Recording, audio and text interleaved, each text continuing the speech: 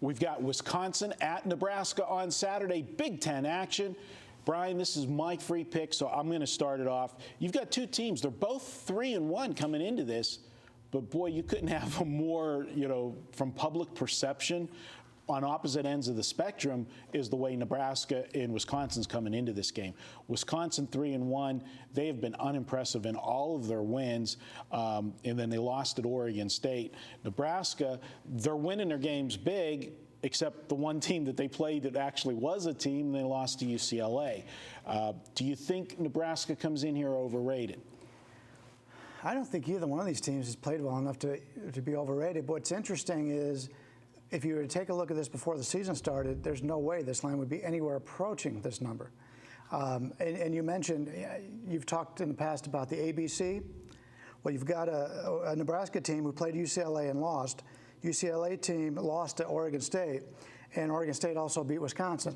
So what do you make out of that? Yeah, it makes for a mess is what you make in this game. But to dig deeper into Wisconsin's problems, Wisconsin, personally, I think Nebraska's overrated. They had, hype coming in, and this team just doesn't, I don't like the quarterback. I don't think he's that good. I think he's good, but I don't think he's good enough to take this team to the next level.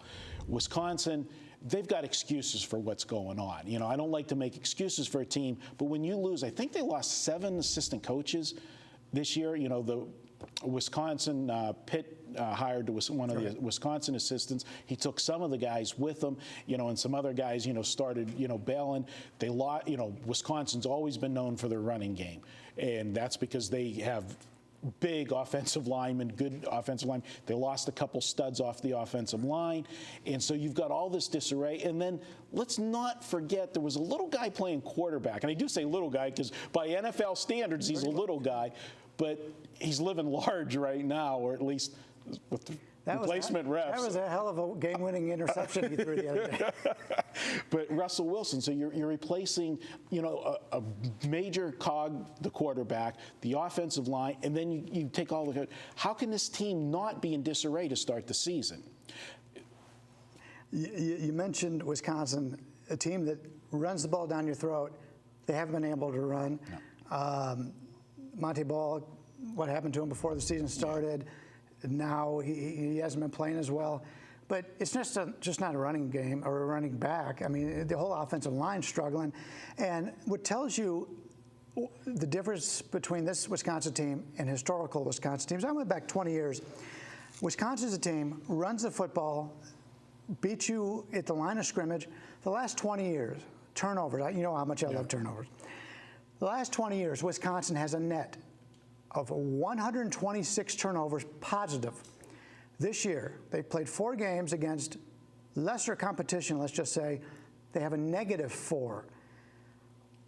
It's unheard of from Wisconsin standards, but it tells you about possibly the physicality of this Wisconsin team. Well, you go back to the situation. If you're running the ball down the team's throat, generally running backs don't fumble balls. You fumble a lot less than you do throw interceptions, correct? Absolutely. And from a quarterback standpoint, when the running game, and I've said this over and over again, give me an average quarterback with a good running game, it's going to make that average quarterback good. You take a good quarterback with a good running game, it's going to make that good quarterback great. And right now, Wisconsin doesn't have either. They got a very average quarterback who's finding his way, and he doesn't have that running game to take the pressure off him. So if you're in 3rd and longs, and you don't have a good offensive line, and you've got a young quarterback that's not confident at this time, it paints for a bad situation, and that's what's happening to Wisconsin. Now, on the flip side to that is handicappers, our job is to find when this is going to shift, because as Wisconsin goes through the season, they're not going to be the same team in week 10 that they were in weeks 1 and 2. They are going to improve because, let's face it, this is a good program. They do recruit well. These guys will start to gel. The coaches will get, a continuity going with the team. They will be better later. It's not yet. But if you look at the betting in this game, actually surprised me. 70% of the action's coming in on Nebraska, yet this line has been dropping down. What do you make of that? Well, big money's coming on the dog, and it's similar to my first comment where you have to, granted, it's a new team coming into the conference, but when you take a look at Wisconsin, they don't play Big Ten games and get this type of number. Nebraska's been so up and down, it makes a lot of sense to take the dog. But I do want to point out, it's a big revenge game for Nebraska. If you remember last year, first game in the Big Ten, they get blown out 48-17 against Wisconsin. They gave them a hell of a welcoming to the Big Ten. And it's something you would expect. I mean, when you change conferences like that, your first game, you're at a definite disadvantage. Absolutely. Well, looking at this game, we're going to go ahead. I'm not taking the game.